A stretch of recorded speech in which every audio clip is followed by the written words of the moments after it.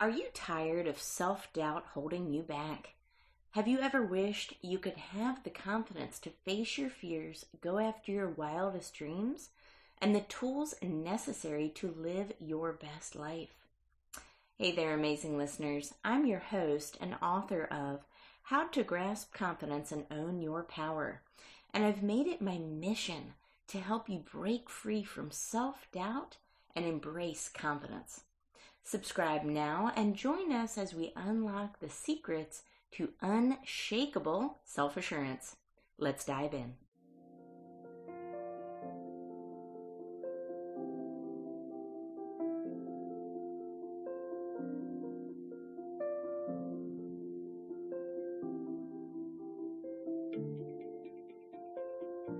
Hey everyone, welcome to another episode of Grasp Confidence Podcast. I'm your host, Tara LaFon Gooch, and this is an interesting episode because it starts off as a connection on LinkedIn that turns into a reader of the book, How to Grasp Confidence and Own Your Power, that turns into a relationship, a friendship, and now eventually a podcast guest on the very podcast after the very book that brought us together. So, without further ado, I want to introduce my next guest, whose name is Raul, and he is a supporter of the book and the podcast. So, welcome, Raul, to the show today, my friend. Please introduce yourself.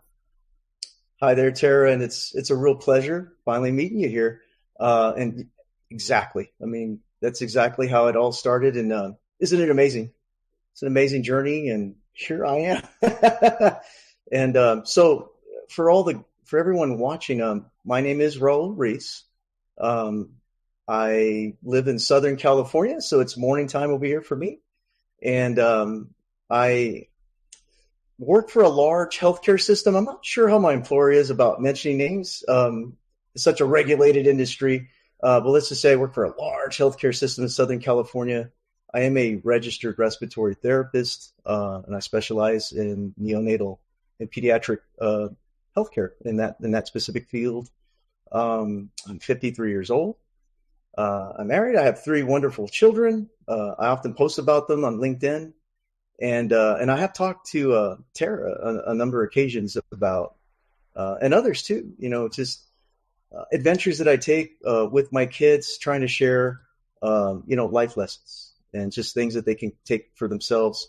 And your book, Tara, is something I do grasp from too. And I like that, gratitude and the grasp, because sometimes it is kind of like grasping for what you can to have some kind of a foundation, something solid. But basically, I've also worked in the past in leadership roles. I actually have just recently come back doing clinical bedside care.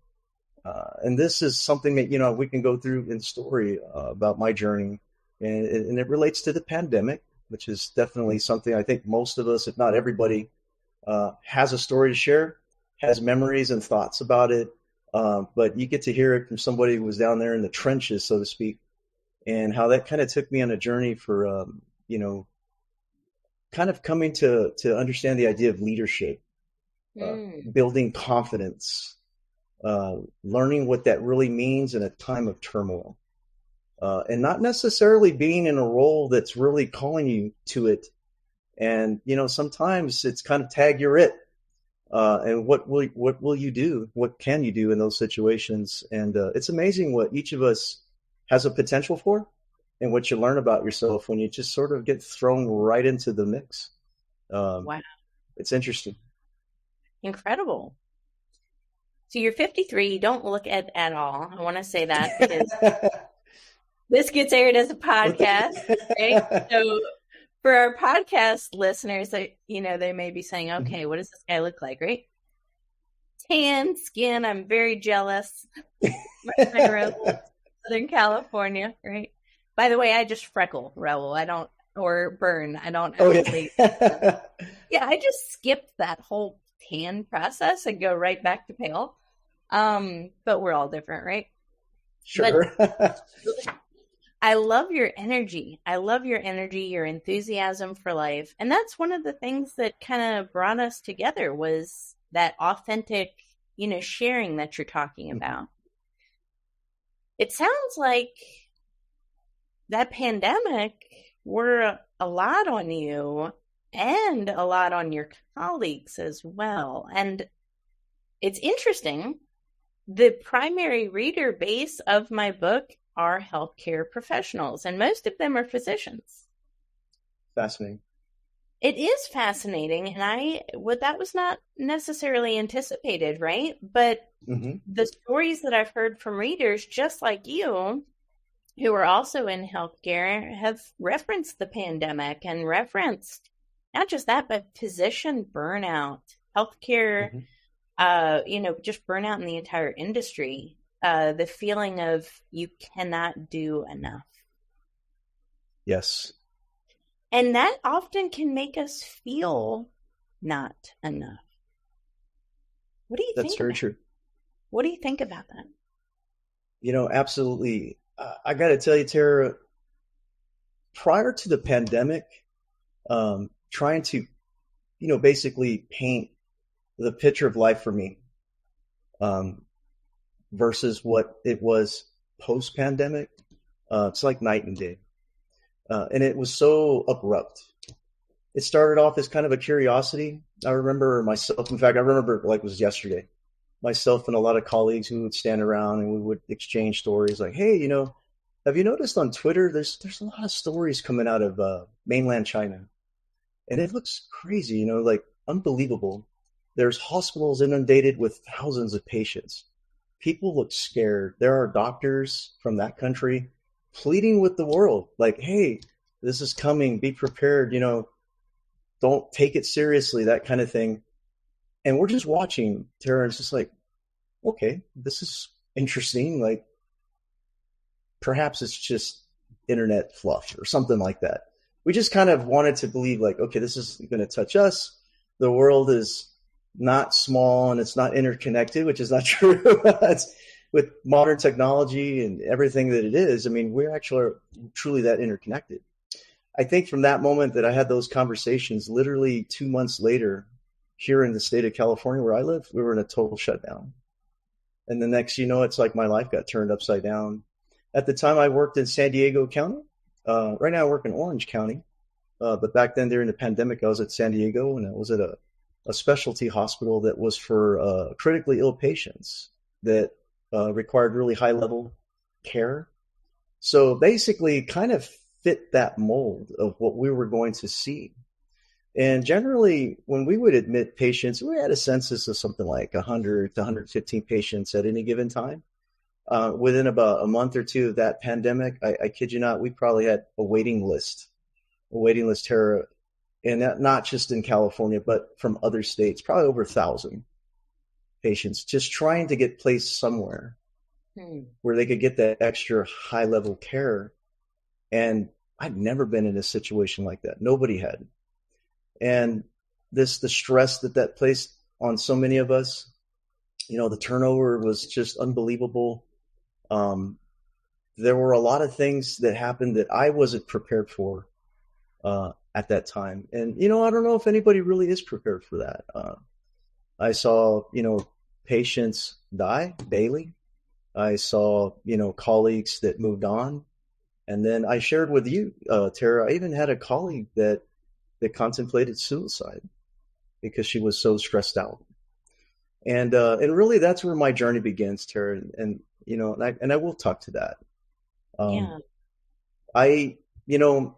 At the time when we had so many people leaving the field, whether they were retiring early, whether it was just like, hey, maybe if I go to a different hospital, it'll be a better situation, which wasn't the case. And some people just left the field altogether. But I do admire those that were there with me that decided,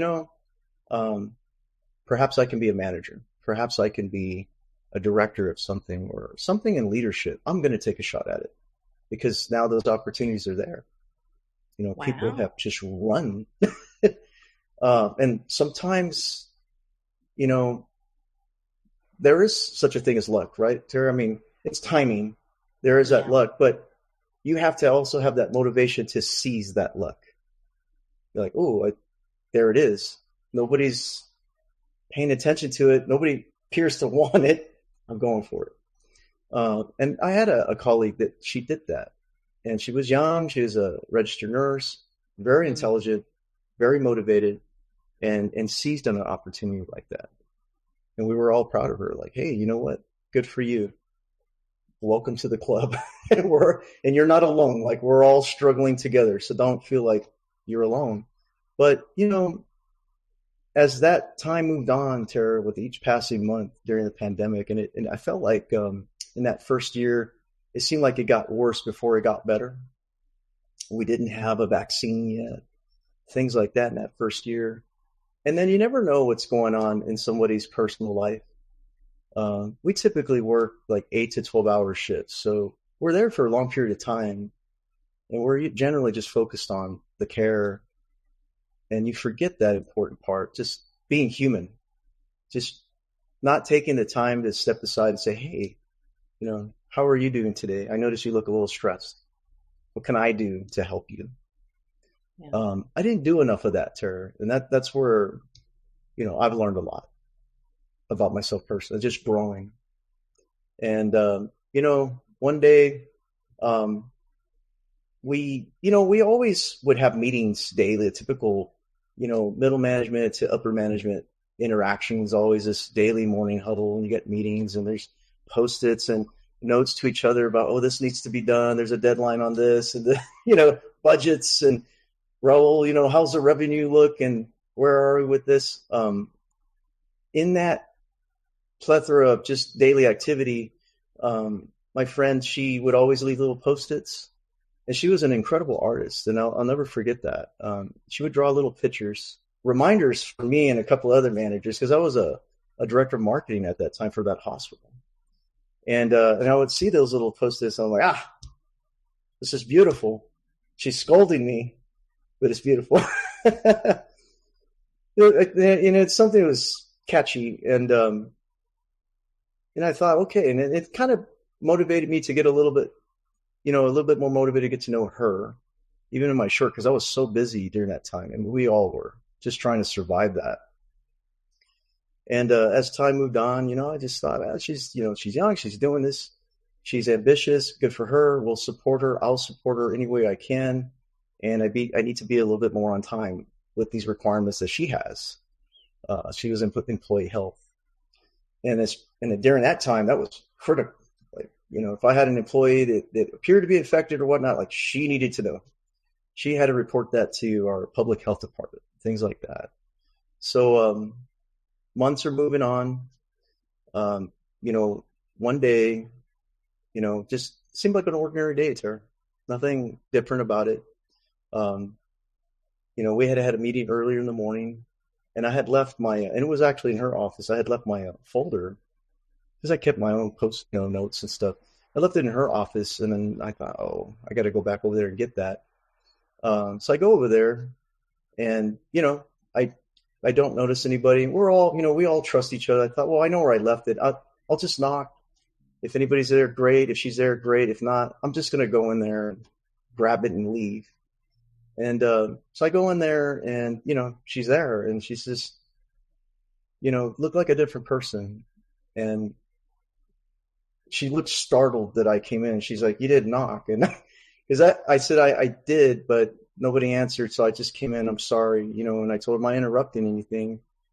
And she just looked zoned out, and she had all this medication on her desk, and, and I'm looking at it, and I'm just like, that's unusual. And I'm starting to talk to her now. I'm like, hey, I said, is everything okay? Because you don't look okay. You look like you've been crying. Her eyes were really red and just looked really upset. So I told her, I said, if you don't mind, I've got free time. Let me close the door. Let's talk. Mm-hmm. I said, what's going on here? And, and that's when she broke down crying, and she said, I'm so stressed out. Oh. I'm married. I don't know if you knew I was married, Raul. And I said, no, I didn't know that. She said, well, I am, and it's terrible. And she's telling me that. piece. And, there Wow. was a lot of, physical abuse, that kind of thing. And that like, I'm like, hey, you know, it's not just because I consider you a friend, but, I'm obligated to report that kind of thing. That's just unacceptable. And I told her that, and I'm not scolding you or anything, like, but, please share more, because I'm going to help you, you know.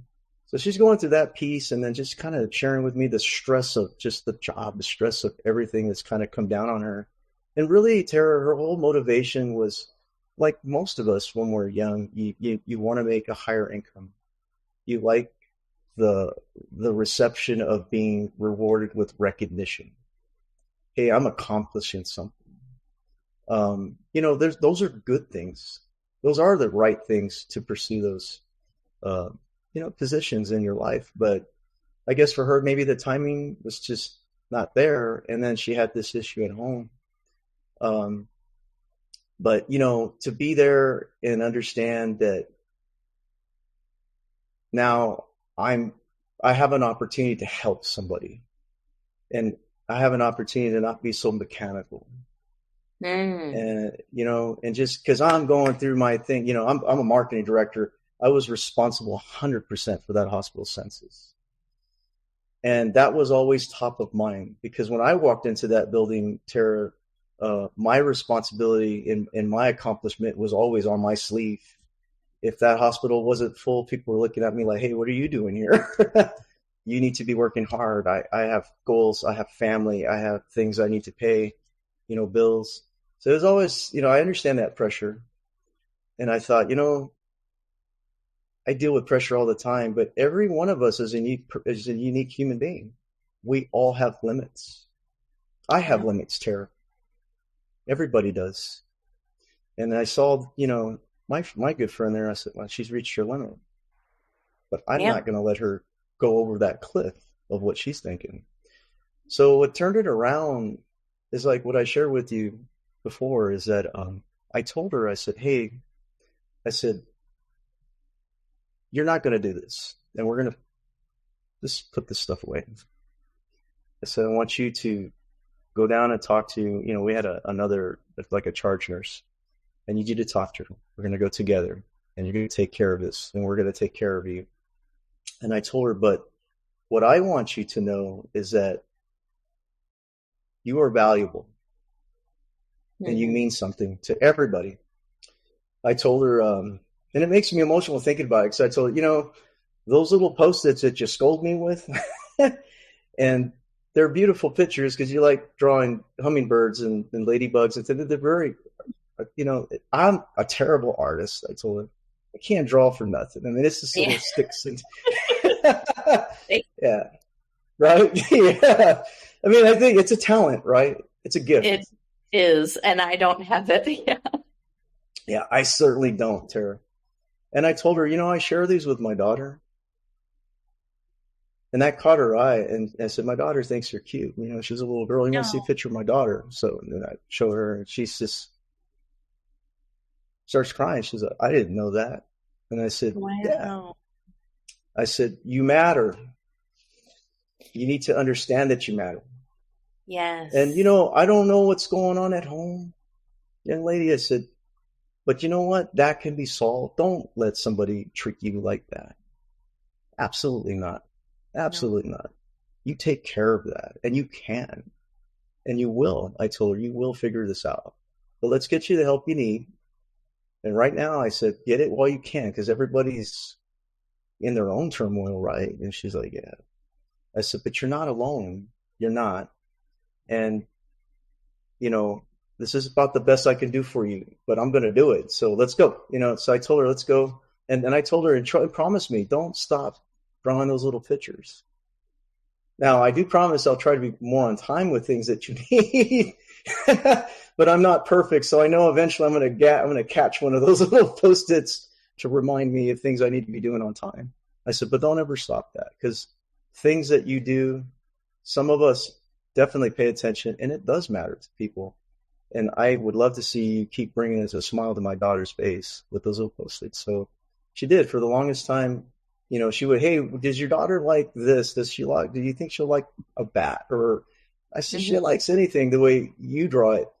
And I collected them for a while, Tara. My daughter and I, we tried looking for them not that long ago, and we couldn't find them, but they're somewhere. They're somewhere in the house.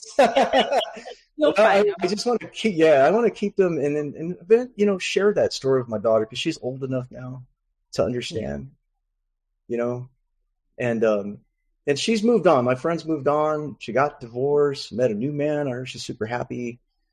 Still out there practicing in Southern California, San Diego, and doing amazing. But I definitely wanted to share that. Yeah. Because it's really the beginning of my journey, Tara, of trying to improve myself, trying to be I don't think I'm a bad person. I mean, but there's always a opportunity to be better, like a better version of yourself, right? Yep.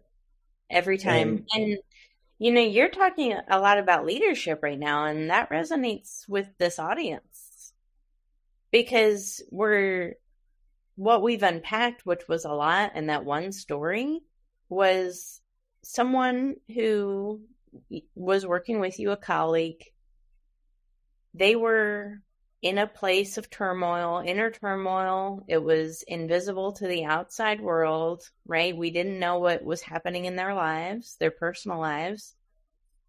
And then we have all these expectations of our coworkers or other people in our lives, and we don't ever know what somebody's going through in their minds and in their hearts and in their lives secularly, right? Away from work. So it's also about the acknowledgement of those natural little gifts, like you're talking about, telling someone, hey, you have this natural gift for doodling, in her case, right? Telling her and making her feel good, because those little acts of appreciation can go a dramatically long way for somebody struggling, right? Mm-hmm. And there's a lot of leadership lessons in there. And that's why I'm so passionate to talk to you about this topic, is because, when we lean into people and take that genuine, authentic interest, and we're not afraid to bridge those moments of vulnerability with somebody, that's when you're a leader on a different level, right, Raul? I mean, it's transcending the walls and boundaries of that hospital. In your case, it could be a corporate office. In someone else's case. But I really believe that leadership is leaving it better than how you found it, regardless of what that is, whether it's a project, a customer, a work proposal, a job, or a client, or another human being. Leave it better than you found it. And being authentic with people. Being authentic and sharing that humanity with them. That's what people need, I feel like, now more than ever. Don't you agree? Absolutely. And it's that authenticity of being caring and not just something that's scripted per se. It does matter, Tara. And the thing is, for me, there was a time where, like a lot of ambitious people, I'm pursuing, more opportunity. I've got my own goals for myself, for my family, and I'm trying to hit those goals and putting a lot of passion into it. But I tend to forget, outside of myself, there's life's going on around me, and there's other people, and they have their own ambitions and they have their own problems, just like I do. I mean, I don't have a perfect life. For me, it's always a work in progress of just trying to be that better person. Yep. But to do that and to really grasp it, kind of use, Lucy, your strategy is you have to grasp authenticity. It has to be there. And, sometimes that's hard, Tara. I've had a hard time doing that because, I come from a humble background. My parents, I love them to death, but in their beginning, they were pretty poor. Mm-hmm. Now, they changed that around later on in their life, to have some measure of success. but that means different things for everybody, right? And it looks different for everybody. So, for me, as I started to climb up the ladder, so to speak, there are different levels of success that were completely alien to me. Like, oh, okay, as a director of marketing, I'm going to be responsible taking out, a physician group to, promote our services. And the head of this group, this gentleman or person or woman is worth millions. How do I interact with that person? What do I need to do? But Tara, I've learned over time that it's just being authentic. Just human beings like me, like anybody else. They just had a little bit more passion maybe, and they got to this other level of life. And that was such a great lesson for me, because I thought, man, I just totally overplayed this. Like, this was this huge, unbelievable thing. And I'm sitting here having dinner with this person. In fact, I remember, I'll never forget, there was it was actually a young woman. She was like in her early 40s, and she was the largest owner of board and care facilities in Southern California. She still is very competitive. Amazing person, amazing personality. It's probably worth close to 100 million. But, and I was intimidated, thinking, man, how do I interact with somebody like this? But at the end, it, like you were saying, Tara, it's just about being authentic.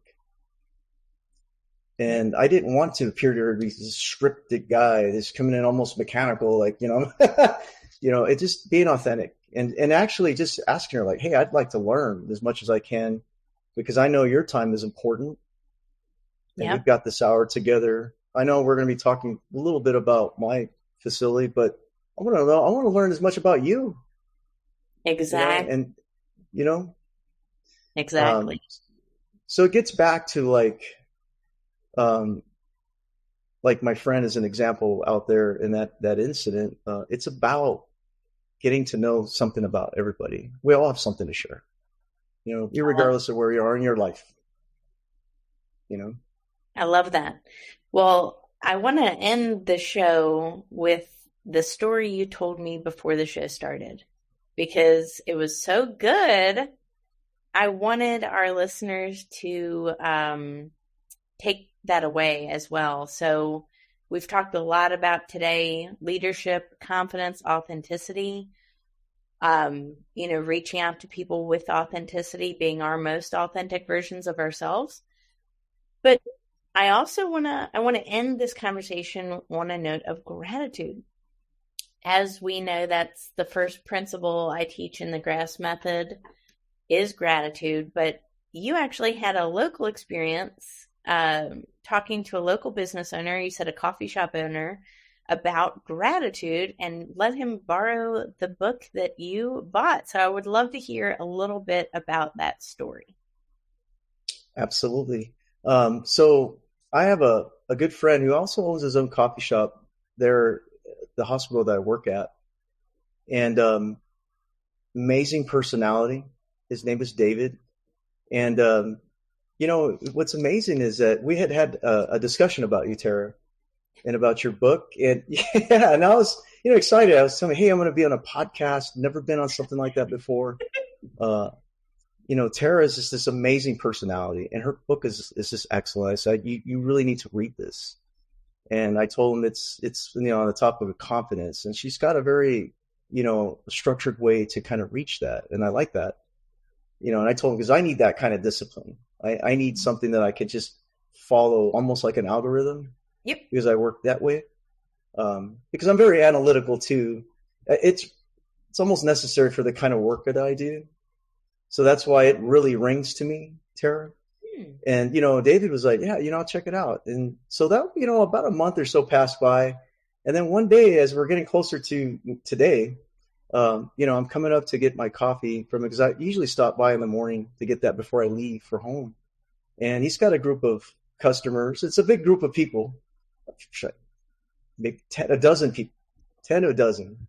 And he's talking to them about gratitude. And he's quoting excerpts from your book, and I'm like, wait a minute, that's Tara's book. I said, that's awesome. So then he embarrasses me, because he says, oh, hey, everybody, I got to stop. He's like, we're in the presence of greatness here. He said, let's make a little space here for Raul. And I was like, what are you talking about, man? And he said, I'm just kidding, guys. He said, this technique and this concept of grasp and how to build confidence. He said, I actually learned that from a book that Raul loaned me. Wow. And he said, and this, let me tell you about Tara. And he was talking about you, and he was excited. He said, it's excellent. You guys should read that. You really should read that and explore that. So then I was just embarrassed, like laughing, and said, that's fantastic, David. I said, this is really cool. I said, thank you, because you took the time to actually investigate that, and this is a pleasant surprise. I said, and I told him, I will mention this on the podcast. I will let Tara know, because, after having read her story, and it's an amazing story. And I told him that's the kind of stuff we need more of that today. Less negativity, right, Tara? Because I firmly believe that you are what you think. Yes. And if you're constantly being negative, and that's all that flows out of your head, you literally manifest that and become that. So I said, why don't we try for a change and be positive and read from others who have created a positive journey for themselves and have something to share and say. I said, imagine if we all just did that. And I said, well, you know what? I know what's the end result, because it's right here. This is the kind of stuff that happens. You got a gathering of people, and they're intrigued. And, the concept of gratitude is not new, right? And what I love is that so many people, have read the book and said, it's so simple. And I said, it never was supposed to be complicated. We've made it complicated. We've made it convoluted.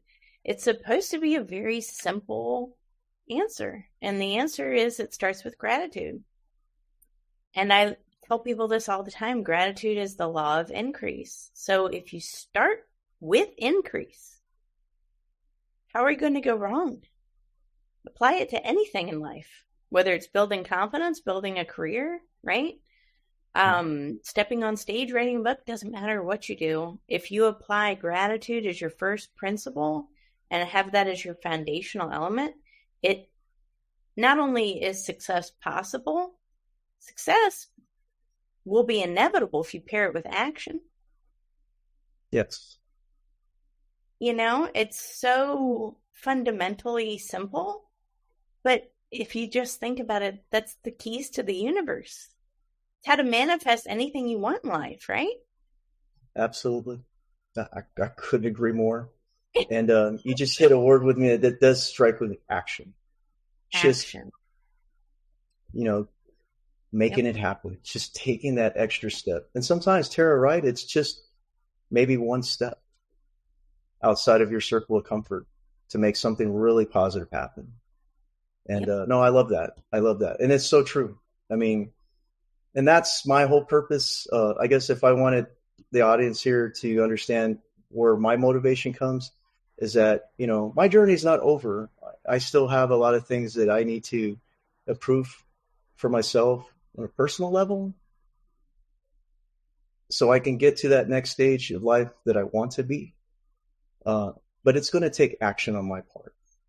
And I'm going to have to grasp for it. So right now, I'm probably not where I'm going to be for the remainder of my life.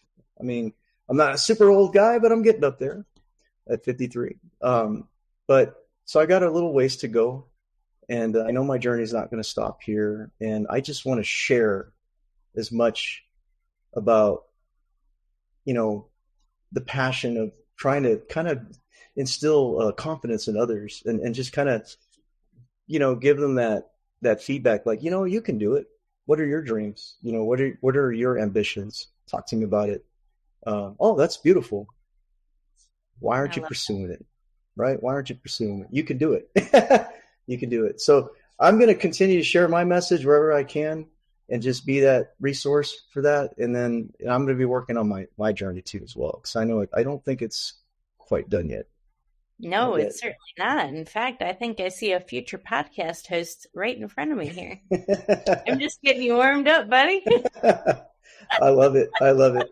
I can't say enough, Tara. You're fantastic, and I really, really appreciate what you're doing out there. Oh, And you yeah, just keep on, absolutely. yeah, just keep on plugging away. Keep on And then, plugging away. One yeah, step, one absolutely, day at a time. That's what absolutely. it's all about. Well, thank you so much for the amazing interview today, Raul. Again, this is proof that, authors, do you know your readers? Mm. I want to say that. Do you know your readers? Because if you do, you need to develop relationships with them and add value to them. As business owners, do we know our clients, right? Do we know our network on social media? Are we developing these authentic relationships? Because this is how you turn somebody who is a connection into a relationship, and then they become an advocate. And Raul is telling people about confidence. He's letting others, read my book, and they're getting excited about it. That's how you start that wildfire, right? So just for anybody's benefit out there, regardless of what you're trying to do, starting a podcast, writing a book, business, just networking. You do it with authenticity, and you really get to know people on a deep level. And that way you can serve them on an even deeper level. So thank you so much for everyone who has tuned into the show today. Thank you for my amazing guest, Raul. And we will catch you all on the next episode. Take care. And that's a wrap for this episode of Grasp Confidence. Thank you for joining me today and investing in yourself. Remember, building confidence is an ongoing journey, and each step you take brings you closer to the empowered, fearless version of yourself that you were born to be. Don't forget to visit my website, follow me on social media, and purchase my book, which is available on Amazon. Thank you for listening. We will see you on the next episode. Stay confident.